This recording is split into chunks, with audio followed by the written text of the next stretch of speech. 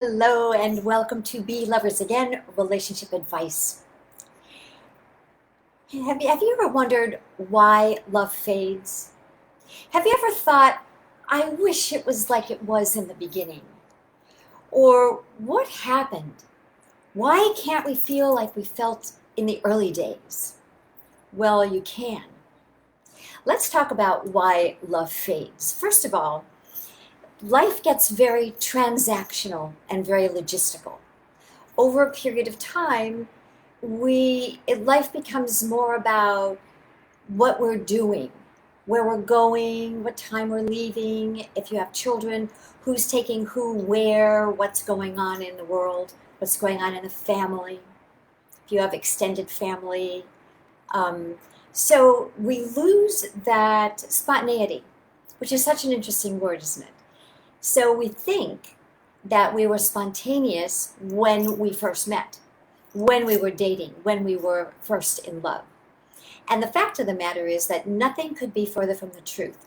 There is no such thing as spontaneity. What was true in the beginning of your relationship was that you were thinking about each other all the time. If you weren't thinking about each other, you were talking to each other or talking about each other to somebody else. You were planning, where were you going to meet, what were you going to wear, where were you going to go, how were you going to get there, what was going to happen, were you going to do this or were you going to do that? There was all this energy on each other, on the relationship. Then you got engaged, you got married, or you moved in together, and life took over. Life being more logistical and more transactional. You took things for granted. You stopped being so intentional about connecting, intentional about thinking about each other, talking to each other, talking about each other. That you thought that was spontaneity is actually using your deliberate intention to create energy, to create that energy about each other. So what I want to propose is that you put that back in your relationship and that you do that with these 4 easy steps. Everybody has to get up in the morning.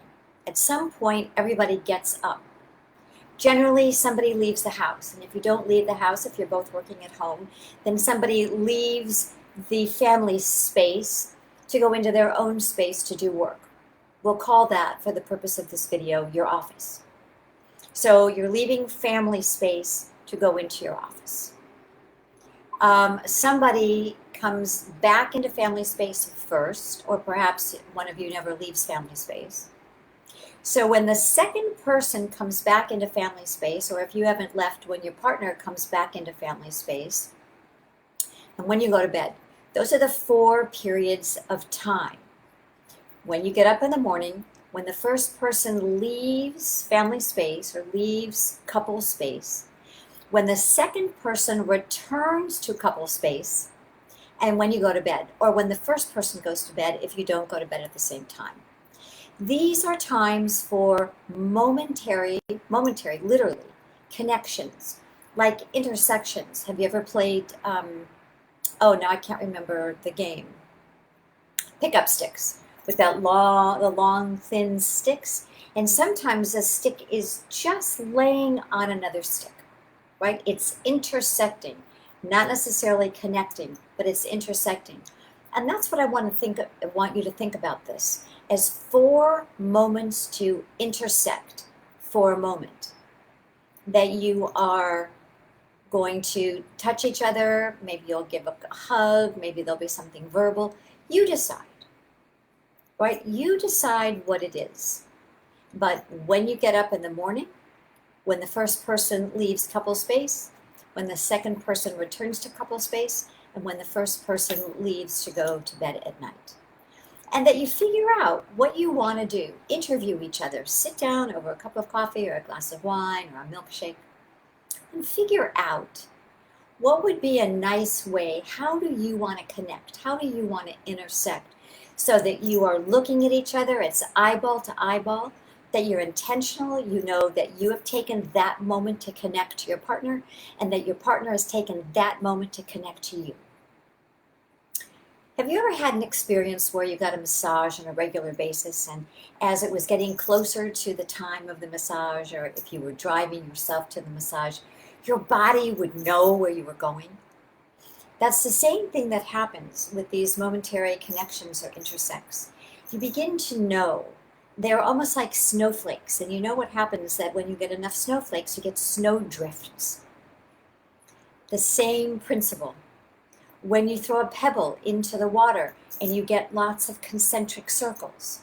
This is the same thing, this intentional, momentary way to connect or to intersect will deepen and infuse your relationship with love, with caring, with consideration, with intention. All kinds of things you will begin to experience from doing just these 4 simple connects or intersections.